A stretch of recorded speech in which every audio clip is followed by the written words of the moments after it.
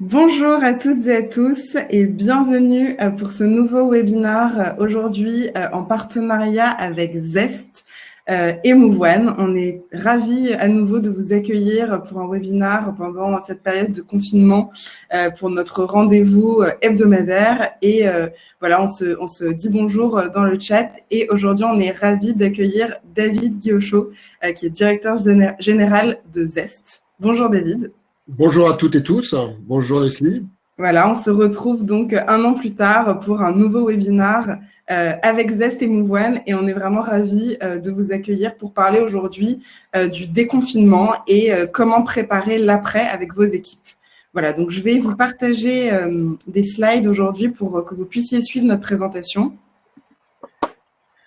J'espère que tout le monde va bien. Voilà, c'est super de retrouver un peu des noms familiers aussi dans le chat.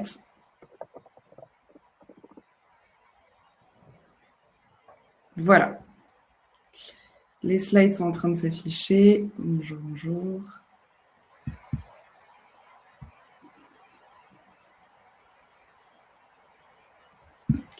Voilà, alors normalement, tout le monde doit voir les slides à présent. Si jamais vous rencontrez des difficultés techniques pendant le webinaire, on vous a préparé une petite slide récapitulative. Donc, l'idéal, si c'est possible, c'est de privilégier l'utilisation du navigateur Google Chrome pour avoir une expérience optimale. Voilà, assurez-vous de fermer bien vos onglets, vos autres fenêtres. Et si jamais vous avez une difficulté, vous avez un petit bouton Aide en haut à droite. Souvent, le meilleur moyen, en fait, c'est tout simplement de rafraîchir la page pour relancer, en fait, une connexion. En général, ça résout les problèmes. Voilà, donc bonjour encore à tous et merci d'être avec nous. On va tout de suite commencer ce webinaire. Alors, David, donc Guillochot, comme je le disais, directeur général de Zest, est avec nous aujourd'hui pour parler de comment préparer l'après avec les équipes. Donc, David, je te laisse te présenter en quelques mots. Merci Leslie. Donc très rapidement, je me considère comme un activiste du sujet RH dans les organisations depuis très longtemps, avec une conviction qui m'a accompagné dans mon parcours professionnel, c'est que notamment la technologie, le digital pouvait aider. J'ai créé des startups, j'ai travaillé en tant que conseil ou en tant qu'éditeur dans ce domaine-là. Voilà, et donc je suis très ravi, bien entendu, d'aborder ce sujet avec toi aujourd'hui. Super, ben nous aussi, David, on est ravis. Et donc moi, je suis Leslie Tedgui, donc je suis directrice marketing chez Mouvoine depuis plus de 2 ans. Et j'imagine que beaucoup d'entre vous me connaissent car c'est moi qui vous envoie plein d'emails pour vous inviter à tous nos webinaires et à tous nos événements. Donc voilà, ravie de vous retrouver aujourd'hui pour échanger sur cette thématique absolument essentielle qui est comment préparer l'après dans ce contexte incertain. Alors, on va tout de suite commencer par vous présenter un petit peu nos entreprises pour ceux qui ne les connaîtraient pas. Donc, en quelques mots, Mouvoine, notre mission, c'est de libérer le potentiel humain pour accompagner la transformation de l'entreprise. Et on le fait à travers une solution digitale de coaching avec des formats qui sont parfois individuels et parfois collectifs depuis bientôt 5 ans. Donc, aujourd'hui, on est plus de 40 collaborateurs chez Mouvoine. On accompagne plus de 200 clients grands comptes et déjà plus de 10 000 managers et key people formés, accompagnés avec du coaching.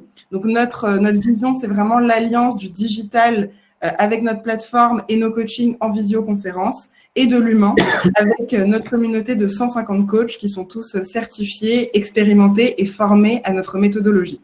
Voilà, donc si jamais, pour ceux qui ne connaîtraient pas encore Mouvoine ou qui souhaiteraient en savoir plus sur notre solution, n'hésitez pas à nous poser vos questions ou à nous envoyer un email contact@mouvoine.fr et on sera ravis de vous en dire un petit peu plus. Alors, j'ai 2 choses à partager avec vous aujourd'hui. La première, c'est que tout comme Zest, on a lancé une initiative solidaire avec Mouvoine pour vraiment contribuer en fait à l'élan de solidarité nationale qui s'est créé dans cette période de Covid. Et on a décidé, avec notre communauté de coachs, d'offrir 1000 séances de coaching aux personnes, aux professionnels qui en ont le plus besoin.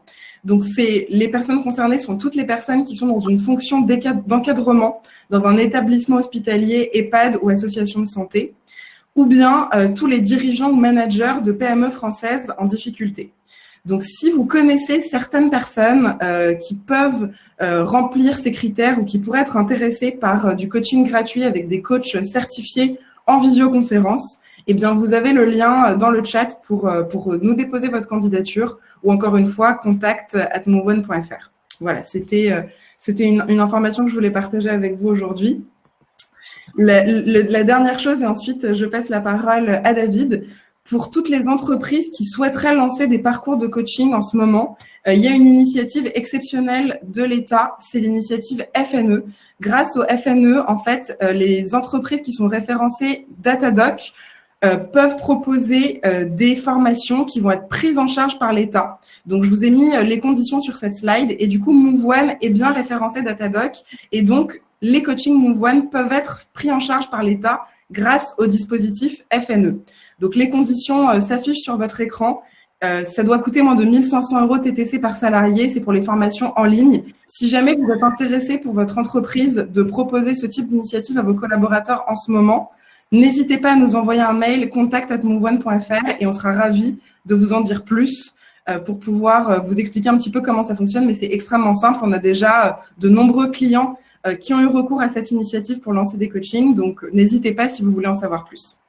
Voilà. Et David, je te passe le bâton de parole pour nous présenter tout de suite Zest. Je l'attrape. Oui, bonjour encore à tous et toutes. Donc, effectivement, je représente Zest, qui est une start-up qui a été créée en 2005 avec comme mission d'aider les organisations à être, grâce à une solution digitale, web et mobile, à la fois plus épanouissante pour les collaborateurs, pour les talents qui la composent, y compris les managers bien entendu, et plus performante puisque on a nous la conviction, et en plus ça a été démontré, qu'il y a une relation vertueuse entre l'épanouissement au travail, l'accomplissement professionnel et bien sûr les résultats, la performance, et ceci créant un cercle vertueux. Donc on est 25, on a plus de 100 000 utilisateurs avec beaucoup de clients de secteurs d'activité très différents. Cette problématique étant bien entendu sans frontières géographiques ni sectorielles ni de taille, et on est ravis voilà, d'avoir cette communauté de clients avec lequel on travaille chaque jour, chaque semaine. Des dizaines de milliers de points d'informations utiles pour le management sont véhiculés à travers Zest pour prendre le pouls des collaborateurs, pour identifier les irritants ou les priorités d'action dans ces moments particulièrement compliqués.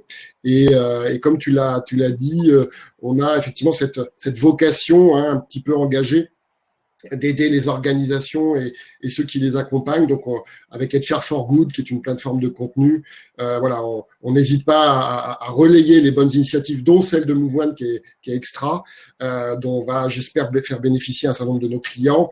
Et puis, bien entendu, des contenus utiles et notre offre d'accompagnement pour les organisations qui en ont le besoin. Parfait. Et très, très content de te retrouver presque jour pour jour, pas tout à fait un an après. On avait parlé des clés pour que l'expérience manager soit la plus performante possible. Voilà. Et c'est clair que c'était un sujet fil rouge qu'il était important de réaborder aujourd'hui dans ce contexte.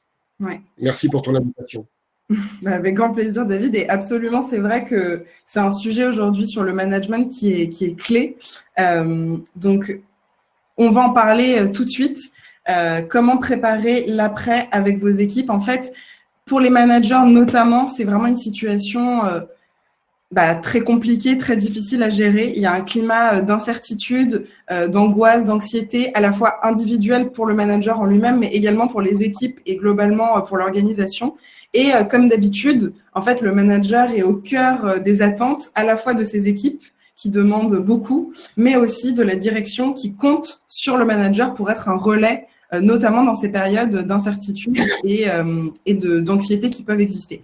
Donc, avec David, on a pas mal échangé et en fait, on a essayé de synthétiser 4 conseils très pratiques, très concrets pour préparer avec vous, en fait, cette nouvelle période dans laquelle on rentre. L'après-confinement, l'après-Covid, enfin voilà, la suite, en fait, la prochaine étape qu'on va tous vivre collectivement et on va essayer de vous les présenter aujourd'hui. Donc, comme d'habitude, pour nos webinars. N'hésitez pas à échanger avec nous, à réagir en fait à nos propos dans le chat, mais aussi à nous poser toutes vos questions depuis l'onglet questions que vous pouvez voir en haut à droite. N'hésitez pas, on va essayer de répondre au maximum de questions aujourd'hui. Donc, on va tout de suite commencer. D'ailleurs, avec un peu d'interactivité et avec un sondage. Ce qu'on a voulu savoir avec David, c'est comment vous vous sentez en fait tous et toutes aujourd'hui par rapport au déconfinement? Est-ce que vous vous sentez prêt ou pas? Donc, je vais vous partager tout de suite un sondage qui va s'afficher en haut à droite dans l'onglet sondage. Voilà, normalement, il est visible pour vous tous. Voilà, je vois que vous commencez à répondre, super. Donc, je vous laisse nous partager vos réponses directement depuis cet espace sondage et on va réagir là-dessus ensemble avec David. Je vois qu'il y a aussi certaines questions dans le chat. Voilà, super, pas mal de réactions sur le FNE. Donc voilà, encore une fois, si vous avez des questions, on est dispo pour y répondre sur ce sujet-là. Et en attendant, on se retrouve dans l'onglet sondage pour échanger sur cette thématique. Alors, je vois que les jauges bougent encore un peu, avec quand même une tendance très, très, très nette qui se distingue. Est-ce que tu peux voir du coup les réponses, David ? Oui, tout à fait. Ouais, je vois ça. Je vois qu'il y a il y a presque une courbe gaussienne qui est en train de se mettre en place là, avec le cœur sur. Voilà, c'est à la fois plutôt près avec de 2% majoritaire en avance par rapport à pas vraiment près. Ouais. Donc, je pense que ce qui correspond bien à tout ce travail qui a été fait aussi, même s'il y a beaucoup d'inconnus, eh bien de questionnements et donc de réponses qui ont été apportées. On apprend, on va en parler en marchant. C'est vraiment pas surprenant et c'est plutôt révélateur. Il y a très peu, je pense, parce qu'il y a une surinformation quelque part aussi. De personnes qui sont complètement pas informées. Ouais. C'est plutôt de la surinformation, clairement, et de l'info-obésité qui crée un problème, d'ailleurs, plus qu'il n'en résout. Voilà. Et bravo pour les 8% qui sont sereins. Voilà, j'espère qu'ils vont, dans le chat, partager quelques bonnes pratiques, parce que voilà, ça fait partie de cette dynamique d'essayer de trouver un chemin de sérénité, on va dire, clairvoyant, par rapport à la situation qui va être compliquée, bouger beaucoup encore. Tout à fait. Et je pense que le flou, il est à tous les niveaux. Pour 45% d'entre vous, on est sur du très flou. Je pense que le flou, il est à tous les niveaux, d'un point de vue personnel, même d'un point de vue sociétal. Même les dispositifs, pour l'instant, du gouvernement sont pas tout à fait clairs. On a encore beaucoup d'interrogations. Et du coup, toutes ces interrogations, elles se transposent dans le secteur de l'entreprise et du professionnel. Et du coup, il faut accepter aussi cet état de fait. Je pense qu'il faut accepter cette incertitude. Il faut apprendre à la gérer. Donc, c'est ce qu'on va essayer de vous accompagner à faire ce matin avec nos clés. Et la première, en fait, sur laquelle on a envie de partager, c'est la prise en compte du passé. Donc, David, je te repasse encore une fois la parole pour nous expliquer pourquoi c'est important de prendre en compte le passé, justement, pour préparer l'avenir. Enfin, voilà, exactement. Un ethnologue, sociologue dirait ou a dit pendant très longtemps qu'il fallait aller chercher dans les racines de son histoire un petit peu la manière d'agir et d'interagir dans le présent.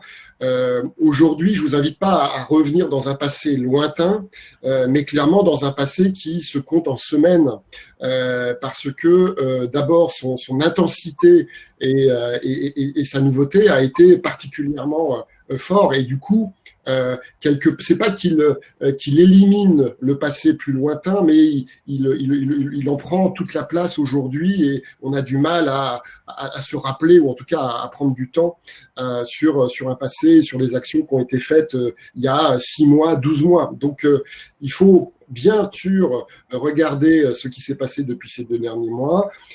L'une des caractéristiques de cette situation, c'est que ça nous a touchés tous à 100%, d'une manière ou d'une autre, et à la fois sur de la sphère personnelle et sur de la sphère professionnelle, ce qui est bien entendu par cette exhaustivité et cette variété d'impact pour tous, qui est totalement inédit. Hein. C'est pas qu'une crise économique, c'est pas qu'une crise sanitaire, et donc ça touche tout le monde. Donc il va falloir, par rapport à cet élément négatif qu'on ressent, et il y a une étude récente qui a été faite, très récente puisqu'elle a été publiée au milieu du mois d'avril avec Opinionway, où 20% de managers se déclarent en détresse psychologique, ce qui est important, hein, c'est pas non plus totalement catastrophique, mais c'est déjà une population importante par rapport à un état psychologique qui est grave, et ça veut dire que il faut en tant qu'individu évaluer, s'apprécier. C'est un premier point qu'il faut important, de se dire ok, est-ce que je vis une détresse, comment psychologiquement je me pose, en sachant que c'est quelque chose qui va être évidemment dynamique. L'autre point, c'est que tout ceci va se mélanger, ce présent va se mélanger avec ce qu'on est et ce qu'on a envie d'être. Et donc, on va avoir quelque part un actif-passif, un espèce de bilan de sortie de crise, ou en tout cas de sortie de confinement, qui est une première étape. Tout va pas disparaître le 11 ou 12 mai. C'est-à-dire que cette détresse psychologique, cette fatigue, éventuellement, ou au contraire, ces ressources qu'on a acquises au travers notamment du temps qu'on a pu passer par des webinars, qui sont un élément d'enrichissement personnel, c'est un bilan qu'il faut faire avec des actifs et des passifs.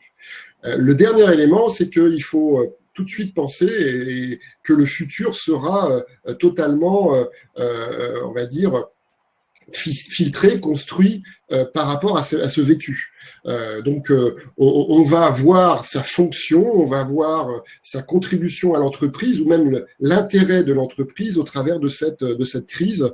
Et ça, c'est important de penser le futur assez rapidement en prenant en compte ces éléments. Et c'est en particulier le cas du collectif. C'était le dernier point que je voulais te dire, ou partager avec vous par rapport à cette situation. Et les managers, comme tu l'as dit, ils sont très sollicités, ils ont un rôle particulier dans l'organisation. Donc, il y a des attentes un peu dans les deux sens, hein, du cockpit de direction générale en passant par les personnes qui sont soit en chômage, soit en face de clients qui ont potentiellement le virus. Et donc, ils sont très sollicités, une situation encore plus délicate que d'habitude. Moi, je voudrais mettre en avant aujourd'hui l'intérêt et l'importance de développer cette sécurité psychologique du collectif des managers. Briser l'isolement des managers en redonnant du sens par rapport à ce collectif. Tous vos managers partagent des choses et peuvent partager des choses entre eux. Et c'est pour la sécurité psychologique, qui est un élément clé dans les organisations et dans les personnes, ça peut commencer tout simplement par accepter les vulnérabilités qu'on peut avoir dans une situation particulière. Et donc, refaites vivre, si ça a été mis de côté, les sessions de co-développement, de parole, pour pouvoir partager ces éléments entre pairs, dans des sphères de confidentialité et de confiance sur des sujets qui sont délicats, surtout quand on voit la détresse psychologique. C'est tout à fait ça. Merci beaucoup, David, pour ces premiers éléments. Alors, moi, ce que je vous propose, c'est de vous présenter une readiness checklist un peu concrète et que vous pouvez vous poser, que vous pouvez essayer de vous appliquer pour vous et pour votre équipe. Je pense que ce qu'a présenté David, c'est comment faire le point sur soi, et il a aussi parlé du collectif. Je pense qu'en tant que manager, nous avons aussi une responsabilité qui est de nous interroger sur l'état de notre équipe. On arrive en fin de course là. Les semaines qui sont derrière nous, qui viennent de s'écouler, c'était des semaines très intenses, psychologiquement, parfois physiquement, avec des éléments, avec un niveau d'adaptabilité qu'on a dû déployer extrêmement élevé en très peu de temps. Et pour certains, ça a été plus facile que pour d'autres, et certains ont été très affectés, très impactés par cette période. Et il faut maintenant faire le point, en fait, avant de se relancer, pour savoir où est-ce qu'on en est avec son équipe. Et je vous propose du coup cette readiness checklist avec quatre critères pour un peu faire le point justement et prendre en compte ce qui est derrière nous. Premièrement, comment est-ce que vous évaluez l'engagement de vos équipes? Est-ce que ce confinement, le télétravail, le chômage partiel, ça a eu un impact négatif? Est-ce qu'il y a eu un désengagement? Au contraire, est-ce que les troupes, du coup, se sont remobilisées autour de ce challenge et de ce défi commun et du coup, il y a eu une recrudescence de l'engagement? Est-ce que vous avez l'impression que finalement, les choses sont restées pareilles? Posez-vous cette question. Le collectif, très important également. Est-ce que le fait d'être tous confinés a eu un impact sur le collectif? On a échangé beaucoup pendant les webinars à de nombreuses reprises sur comment on pouvait rester collaboratif à distance, comment on pouvait maintenir le lien en confinement, mais c'est quand même compliqué. C'est pas pareil que de se voir tous les jours, c'est pas pareil que de pouvoir avoir ce contact physique. Donc, est-ce que les équipes sont parvenues à garder ce niveau de collaboration ou pas? Dans quelle proportion? Ça, c'est aussi une question essentielle. Troisième critère, c'est l'agilité. Quel a été l'indice d'agilité et de flexibilité, d'adaptabilité, de vos équipes pendant le confinement? Est-ce qu'il y a eu une résistance au changement? Est-ce que le changement a été accepté très facilement, très naturellement? Ou bien est-ce qu'on est un petit peu quelque part entre les deux?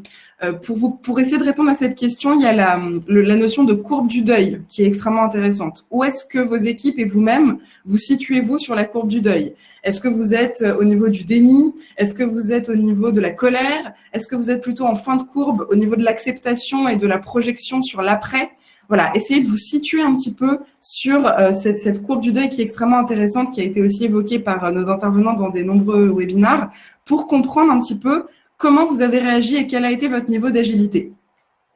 Et enfin, dernière question quand même essentielle et à laquelle il faut absolument répondre, qu'en est-il de la performance? Est-ce que vous et vos équipes avez pu maintenir un niveau acceptable de performance ou pas? Sans jugement, c'est simplement objectif. Le contexte est difficile, parfois il y a eu le chômage partiel, parfois il y a eu le télétravail. Cependant, il est quand même important de se poser cette question. Qu'en est-il de la performance? Est-ce qu'on a pu avancer? Est-ce qu'on a pu produire? Est-ce qu'on a pu maintenir un niveau de performance ou pas? Et c'est seulement en fait en ayant cette vision un petit peu pour vous et pour votre équipe que vous allez pouvoir en fait préparer l'après en prenant en compte la situation. Ce que je voulais dire en fait, c'est tout simplement qu'on ne peut pas repartir d'une page blanche et se dire, on met le passé derrière nous et on repart comme d'habitude. C'est impossible. Donc c'est vraiment important et voilà, j'espère que cet outil pourra vous aider un petit peu à faire ce bilan. C'est vraiment un point qui est très très important et alors qui est, on va dire, taper du coin du bon sens, comme on dit, qui est l'une des difficultés qu'on voit dans les organisations, c'est de le faire à l'échelle, c'est-à-dire de le faire dans le contexte, d'avoir ces réponses-là qui sont clés, avec tous les collaborateurs dans quelque situation que ce soit, qu'ils soient face aux clients, en télétravail ou parfois même en dispense d'activité ou au chômage, avec quelques centaines, quelques milliers de clients, et en plus avec une situation qui va évoluer dans le temps. On va être sur des deuils qui vont être assez successifs en fonction des nouvelles, et ça c'est vraiment un point important qui justement là où le digital peut aider pour diffuser régulièrement et avoir des résultats à ces questions à l'échelle en quelques heures. Absolument. Et du coup, j'ai vu dans le chat beaucoup de mentions du KISS. Alors, c'est parfait parce que c'est justement quelque chose que je voulais représenter aujourd'hui. Donc, ça a été évoqué par de nombreux intervenants lors de nos webinars. C'est une méthode très efficace. Je vous la remontre là. Je vous invite à la tester et à la mettre en œuvre avec pour vous et pour vos équipes. Donc, c'est la méthode KISS, le Keep, Improve, Start et Stop. Nous, on l'a totalement adoptée chez Moveone. On essaye de la mettre en œuvre le plus souvent possible. Je vous invite à la tester. Qu'est-ce que vous avez envie de continuer à faire? Qu'est-ce que vous avez envie d'améliorer, de commencer et d'arrêter totalement? Donc voilà, posez-vous cette question-là. Faites l'exercice aussi avec vos équipes. Moi, je l'ai fait personnellement au sein de l'équipe marketing de Moveone. Il y a plein de choses hyper intéressantes qui sont ressorties. Voilà, donner l'opportunité à vos équipes de s'exprimer sur ces 4 points, justement pour se reprojeter ensuite dans une nouvelle période avec le start notamment, qui permet directement de passer à l'étape d'après. Donc voilà, merci pour vos retours, vos commentaires sur la Readiness Checklist. Vous aurez accès, vous envoyer tout ça à la fin du webinaire, vous aurez les slides.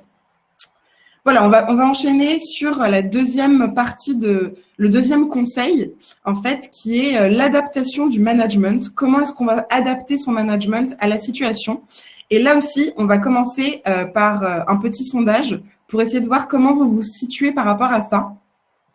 La question que vous pouvez retrouver du coup dès maintenant dans l'onglet sondage, c'est quel style de management est-ce que vous avez adopté pendant cette période?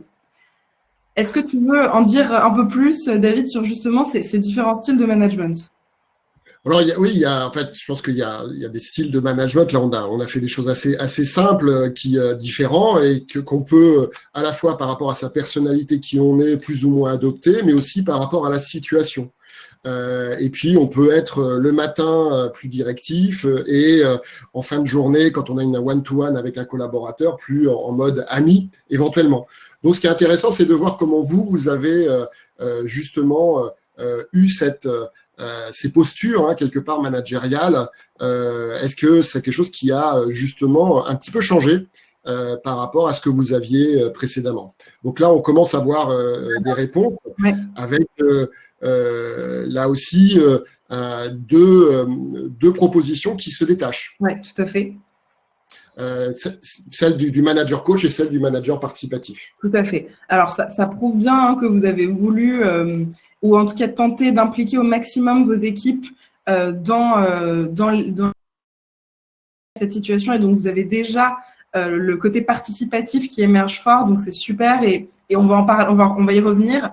Également du manager coach. Alors, ça, c'est justement un sujet sur lequel on voulait revenir et dont on voulait vous parler, parce que je vois que pour 50% d'entre vous, vous avez essayé justement d'émuler ce manager coach. Alors, pourquoi le manager coach est particulièrement important pendant cette période? Tout simplement parce qu'en fait, on n'est pas en mesure, honnêtement, hein, en tant que manager, d'être un manager leader ou d'être un manager visionnaire et de donner toutes les réponses, vu que nous-mêmes, nous ne les avons pas. Nous-mêmes, on est dans l'incertitude, on est dans le questionnement, on est dans l'interrogation.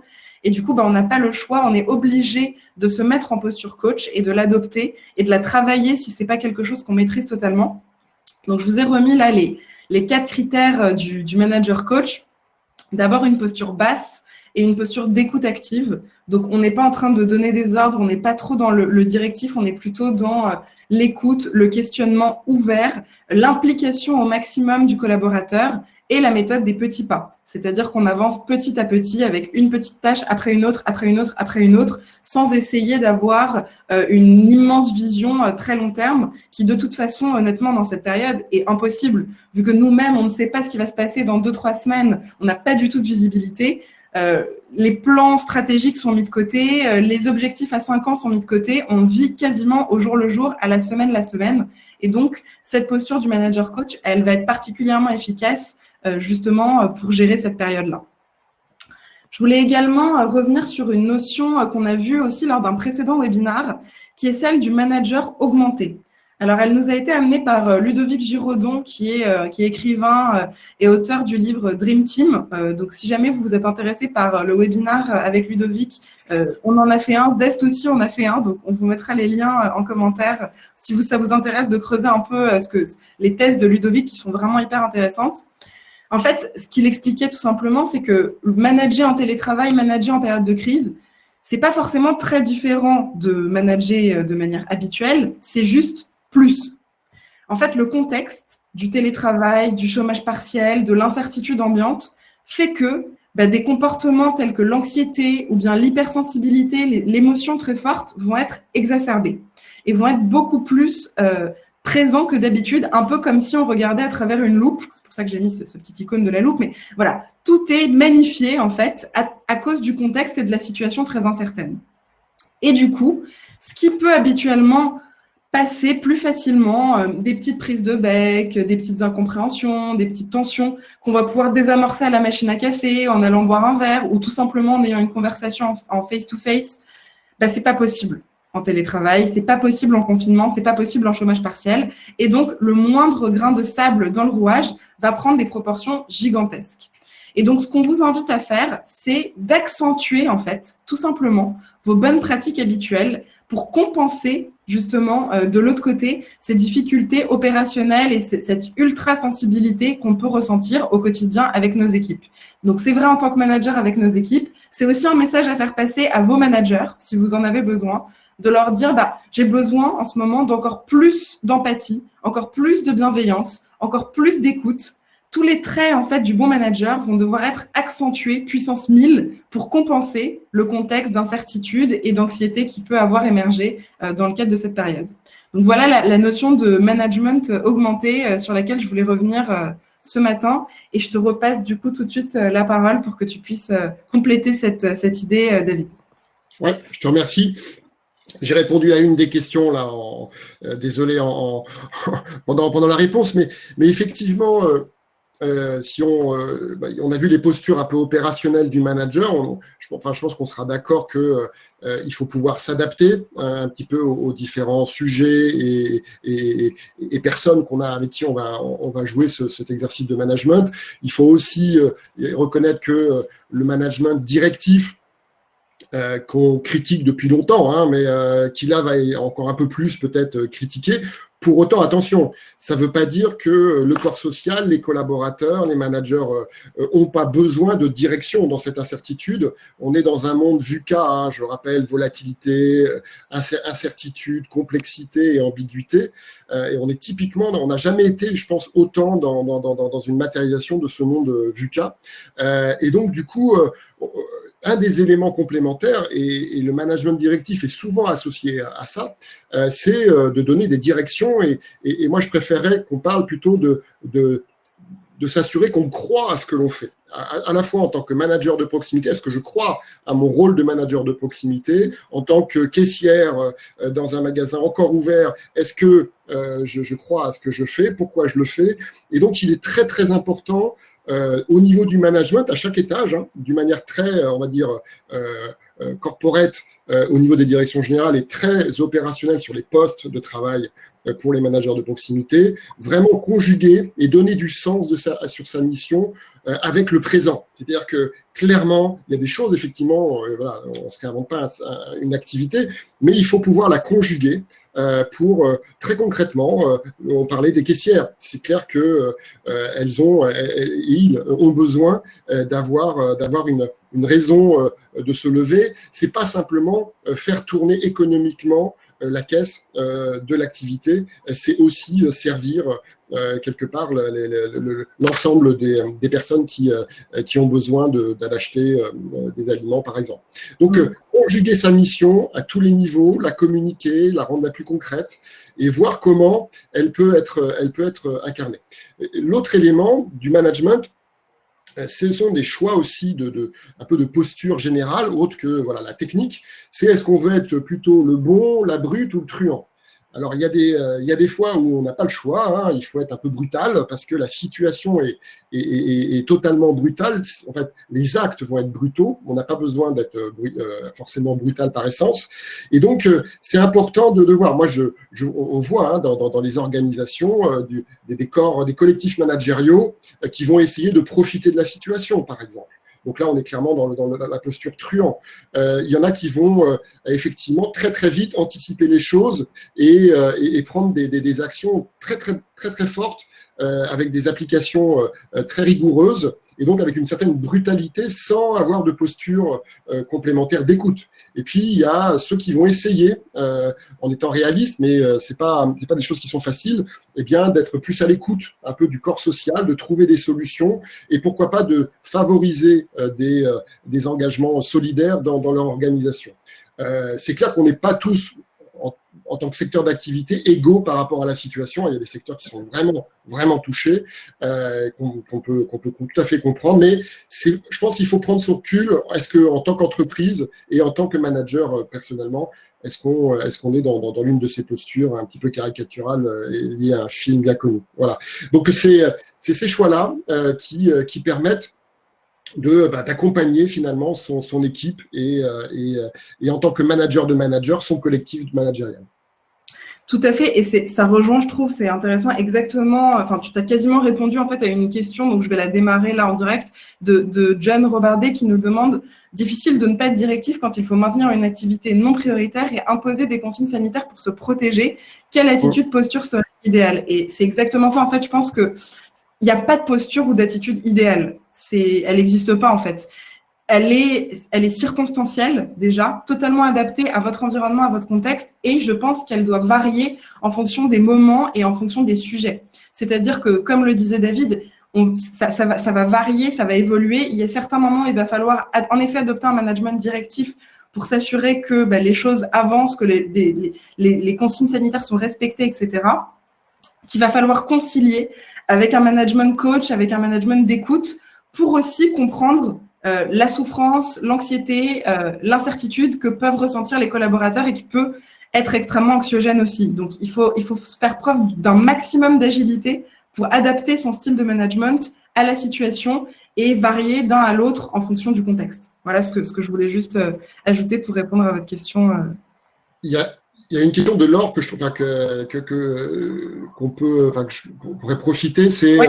où il y a eu pas mal de votes justement, c'est sur la crainte des tensions inter-équipes, et notamment entre les différentes situations. On a plusieurs clients qui ont par exemple des gens qui sont toujours au travail, parfois même en accueil de clients, et dans la même entreprise, des personnes qui sont en dispense d'activité ou au chômage, et bien sûr en arrêt, notamment pour garde d'enfants, enfin des congés garde d'enfants, par exemple. Donc, on a une pluralité de situations.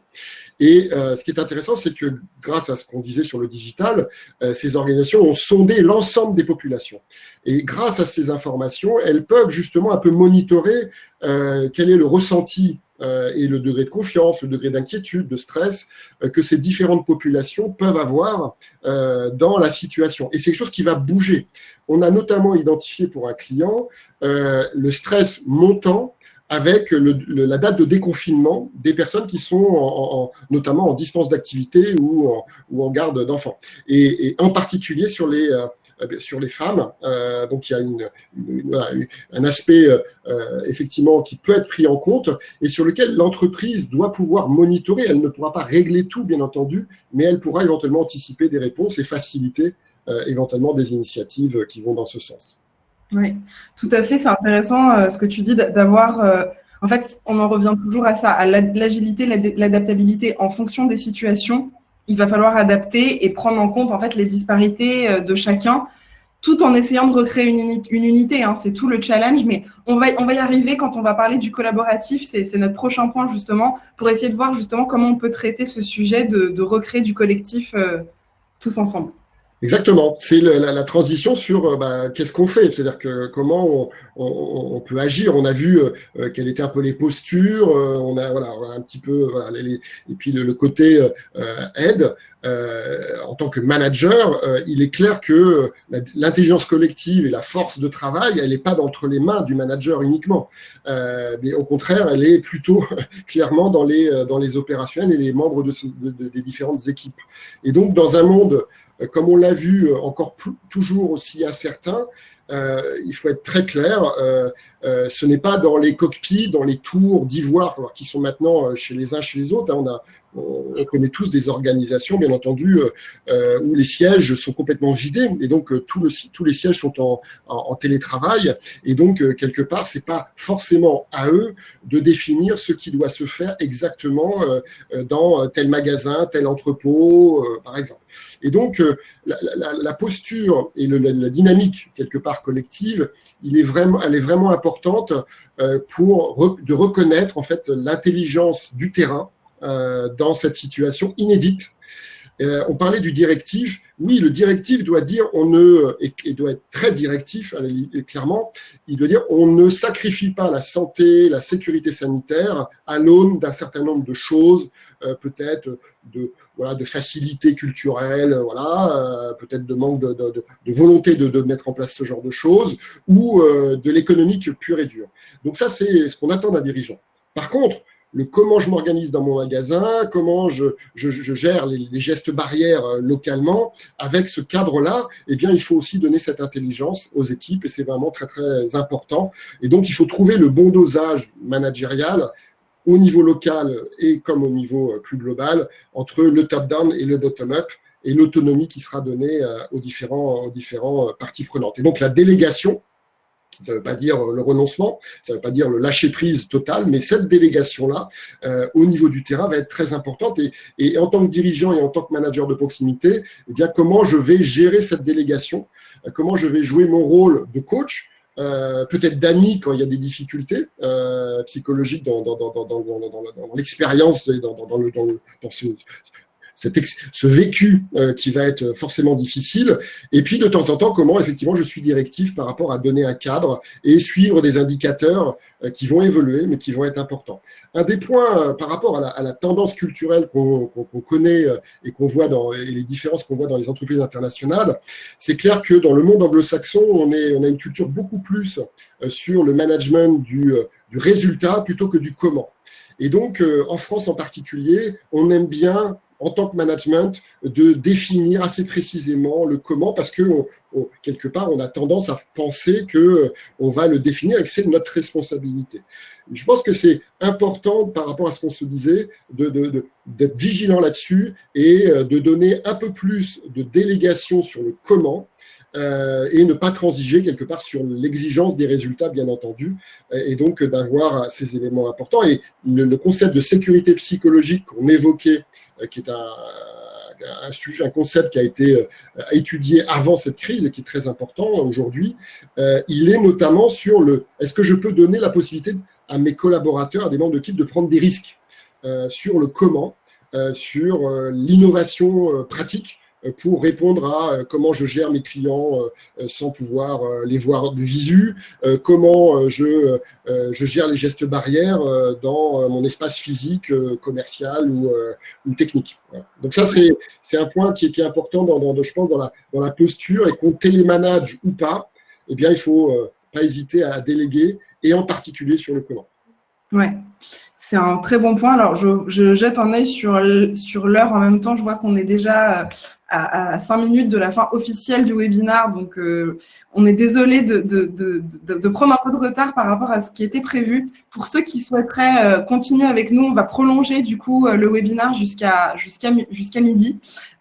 Et pour les autres qui doivent vraiment nous quitter à 11h45, aucun problème. Vous recevrez de toute façon le replay si vous souhaitez voir les 15 dernières minutes depuis chez vous tranquillement. Voilà. Donc, je vais continuer du coup sur la préparation de l'avenir. Donc, ce que je voulais tout simplement dire maintenant, c'est que il faut accepter l'incertitude comme référentiel. On ne peut pas aujourd'hui nier la situation et le fait qu'on n'a pas les réponses et qu'il y a, comme le disait beaucoup, comme le disait Jérémy, je voyais dans le chat, beaucoup de visions différentes et beaucoup de vécus différents par rapport à la crise, et du coup, il y a une incertitude. Donc, si vous essayez de mettre en œuvre le readiness checklist que je vous ai présenté au début du webinaire, peut-être que vous aurez une meilleure compréhension de comment se sentent vos équipes, mais quoi qu'il en soit, il y a un climat d'incertitude et on ne sait pas de quoi demain sera fait. Donc, pour moi, il faut l'accepter, pas essayer d'aller à l'encontre de ça, et du coup, abandonner cette posture du sachant ou du visionnaire en disant « voilà ce qui va se passer, voilà comment les choses vont évoluer », et essayer de co-construire avec les équipes, l'avenir et le futur, comme le disait à l'instant David, mais vraiment d'impliquer tout le monde. Et il y a 2 avantages à cela. Le premier, c'est que vous allez avoir l'intelligence collective qui va fonctionner et du coup, d'excellentes idées forcément qui vont émerger de la part de vos équipes sur comment se remettre au travail, comment recréer une dynamique, comment régénérer de l'engagement. Et le second bénéfice, c'est tout simplement la responsabilisation. Il y a énormément d'enquêtes, et il y a notamment Gallup qui fait un travail exceptionnel sur ce sujet. Il y a énormément d'enquêtes sur l'engagement qui montrent qu'en fait, les collaborateurs qui participent à la fixation de leurs propres objectifs, sont beaucoup plus engagés que ceux à qui on impose des objectifs.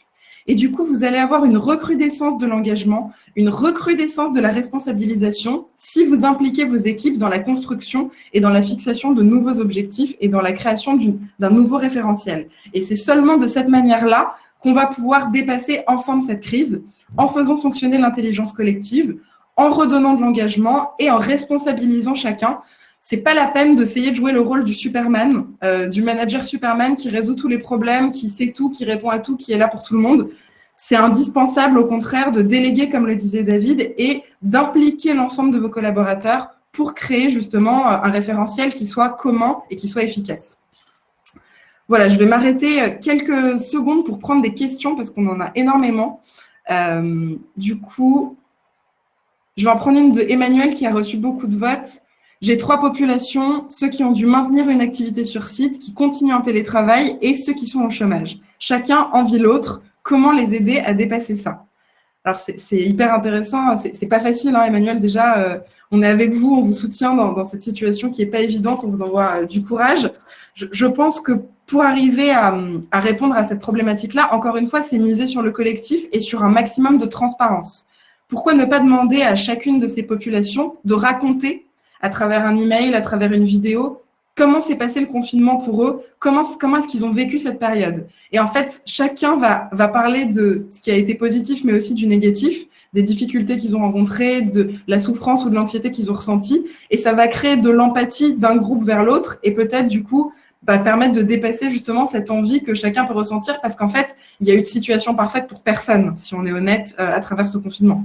Je ne sais pas ce que tu en penses, David. Oui, et comme je l'évoquais tout à l'heure, je pense que ce qui est vraiment important, c'est de reconnaître que chacun a une expérience de la crise, de la situation différente.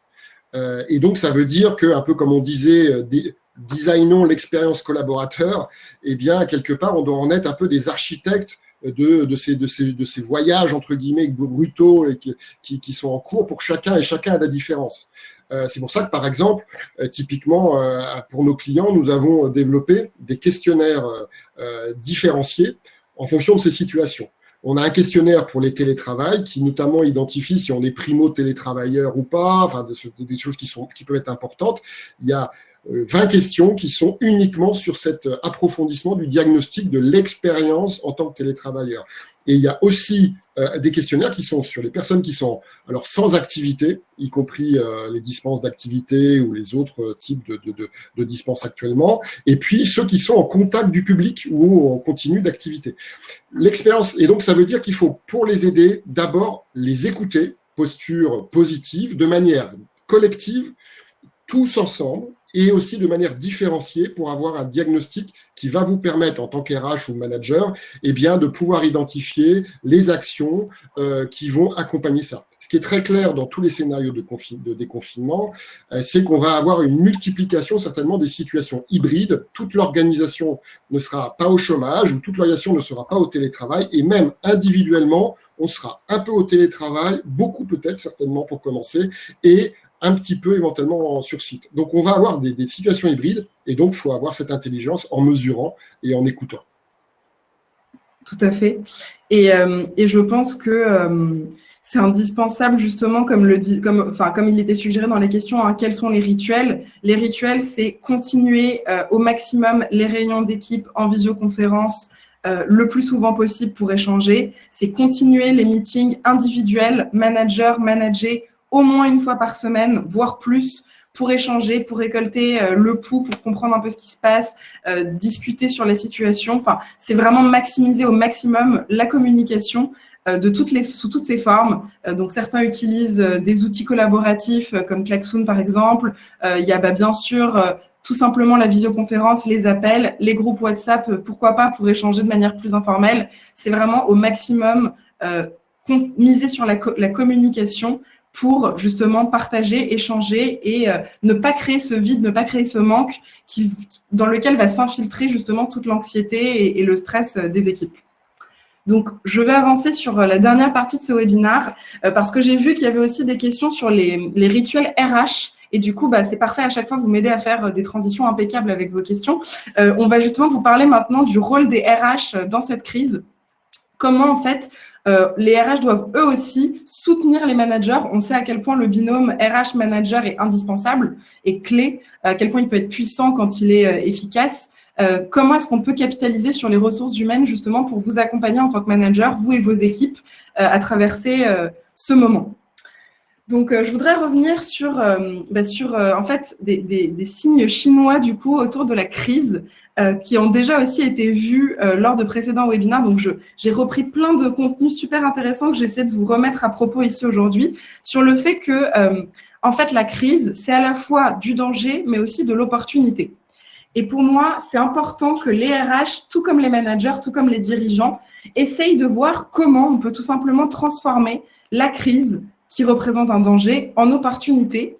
Et pour moi, les maîtres mots pour faire ça, c'est l'adaptabilité et la flexibilité. Et je sais que tu vas également en parler, David, mais faisons évoluer, on est obligé de toute façon, les rituels traditionnels. Faisons évoluer les plans RH tels qu'ils ont été envisagés. De toutes les manières, tout le les départements sont obligés de s'adapter à la crise. Personne ne peut continuer son activité comme si de rien n'était. Donc, faisons évoluer avec les RH, les plans personnels de développement, tout ce qui avait été prévu, et essayons de faire preuve de flexibilité pour apporter le soutien aux managers et aux people dont ils ont besoin aujourd'hui. Et alors là, c'est le moment de brainstormer, c'est le moment d'échanger au maximum avec vos RH et de co-construire ensemble des solutions. Pourquoi pas avoir recours à du coaching? Alors évidemment, nous, c'est ce qu'on fait chez Move One, donc je peux vous en parler avec beaucoup de facilité, mais aujourd'hui, plus que jamais, les managers et les collaborateurs plus largement ont besoin d'un accompagnement personnalisé, rapide, efficace et très concret pour les accompagner et les soutenir. Donc, il y a des parcours de coaching digitaux qui peuvent être lancés très rapidement, justement pour pallier à ce besoin. Je vous invite à regarder ça si c'est possible dans votre entreprise. Pourquoi pas, en plus, avec le FNE, ça peut être le moment. Mais aussi, beaucoup d'autres manières différentes d'échanger avec les RH. Je vous laisse là exprimer votre créativité. En tout cas, insister sur cette notion d'adaptabilité et de flexibilité pour justement essayer de répondre aux besoins qui se posent aujourd'hui sans forcément essayer d'anticiper à 6-8 mois. De toute façon, c'est pas possible. Il faut faire preuve là de pragmatisme et être dans le concret pour proposer des solutions adaptées. Et c'est vrai que je pense que la première caractéristique, c'est d'être pragmatique, parce que le temps est pas au plan un peu métaphysique. Voilà, l'opérationnel va beaucoup plus prend une valeur par rapport au stratégique qui est très très importante, et la réponse court terme et réelle a beaucoup plus de valeur que la sophistication. Vaut mieux une petite communication, pas trop chartée, que une communication qui tend. J'ai vu des organisations qui ont encore des processus de validation de la communication interne qui sont le même que précédemment. Et donc, il faut 2 jours en moyenne, de ce que j'ai pu constater sur certaines des organisations comme ça, pour communiquer tout simplement vers les managers ou vers les collaborateurs, alors qu'un idéal aurait été peut-être une dizaine d'heures maximum, quoi. Donc, on rentre tous dans une terre un petit peu inconnue. On sait que ça va être compliqué. Et en tant que manager, si on prend la posture un peu de client interne finalement de la fonction RH, c'est clair qu'on a, je pense, collectivement envie d'avoir la fonction RH comme un vrai, et encore plus que d'habitude, business, entre guillemets, manager, partner. Et donc, ça passe par des choses simples. Tu parlais de KISS tout à l'heure. L'un des exercices le plus difficile dans KISS, c'est celui de dire on arrête des choses. Voilà, on a un peu tendance, parce que ça crée un petit consensus, on se met personne à dos, c'est plutôt de faire de la sédimentation de choses, alors que la réalité, c'est le pire. Et donc, on a beaucoup de choses, et 2, il y a des choses qui sont plus adaptées au contexte, à ce rythme et à cet inconnu. Donc, je pense qu'il est particulièrement important de revisiter ces processus et ces manières de fonctionner, ces rituels, comme tu les évoquais. Je pense que la fonction RH devrait se faire acquise effectivement sur tous ces processus, toutes les contraintes, toutes les demandes de reporting, tous les événements un peu dans son calendrier RH qui ne sont pas nécessaires aujourd'hui. Eh bien, il faut prendre une décision très courageuse qui est de dire on les enlève de l'agenda, on les écarte, on va donner de la respiration ou du temps un petit peu pour les équipes RH d'abord, mais aussi bien sûr pour les managers. Donc, c'est moins de contraintes aujourd'hui et donc moins de processus qui seraient inutiles. Est-ce qu'aujourd'hui, ça vaut le coup de faire une mid-year review, par exemple, avec des sujets sur la carrière? Voilà, par exemple. Donc, clairement, il faut, et ça ne va pas être simple, mais il faut prendre ce genre de décision parce que ça n'aura ce sera perçu comme quelque chose de sans valeur ajoutée, comme en général, les entretiens d'évaluation ou les baromètres annuels le sont un mois après. Voilà. Tout à fait. Je suis totalement d'accord avec toi et sur le fait que, en effet, là, il faut faire fi du superflu, entre guillemets, qui parfois est essentiel. Enfin, en fait, on n'est pas dans la finesse, là. On n'est pas dans un moment où on est dans la finesse et le sens du détail. On est dans un moment de crise. Le président disait de guerre même. Donc, voilà, pourquoi pas se mettre dans ce mindset-là et essayer de se dire qu'est-ce qui n'est pas absolument essentiel, qu'est-ce qui n'est pas absolument indispensable, Tout le reste, on annule, on remet à plus tard et de côté.